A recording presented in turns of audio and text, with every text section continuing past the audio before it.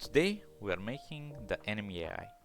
For the new viewers, hello, I'm a 17-year-old game developer currently working on my first Steam game, World Layers, inspired by Undertale, Omori and 2D Japanese horror games. Actually, I've thought about implementing the enemies in the game for a long time, but until now I didn't know what they should be. Also, I didn't want to copy a whole game mechanics like the ones in Undertale or Mori, so I came up with my own.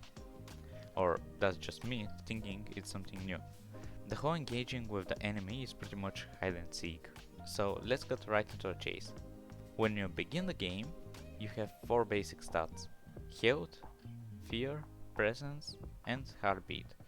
Each of them influences the gameplay. For example, when your heartbeat becomes too high, then your HP is decreased and presence is increased by 1. The fear stat is nerfing the player whenever it exceeds given number. The presence is used to influence the reaction of the enemy AI towards the sounds and mistakes that you make.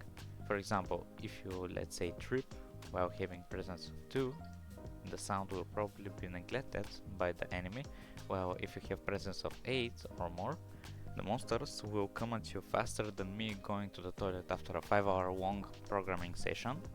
Basically, the heartbeat influences the player, but at the same time helps the monster find you easier. A cool book I found in my game is whenever the presence exceeds a given number, the monster, instead of increasing by 100 or 200, just increases infinitely, and the number grows and becomes from 200, let's say, to 5 million in the next 1 minute.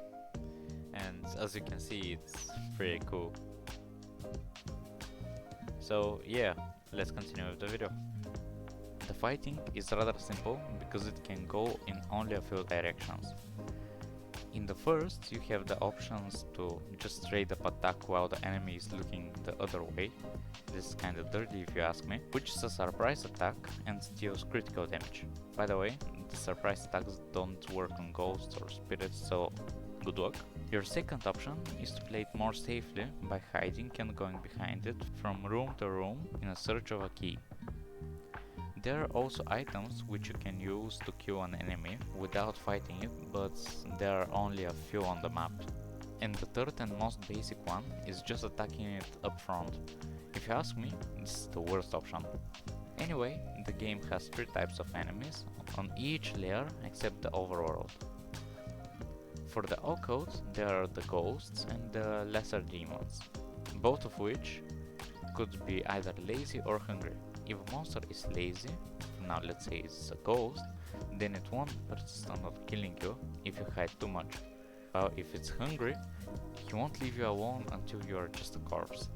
However, there is also the confidence stat for the monsters in hell and heaven.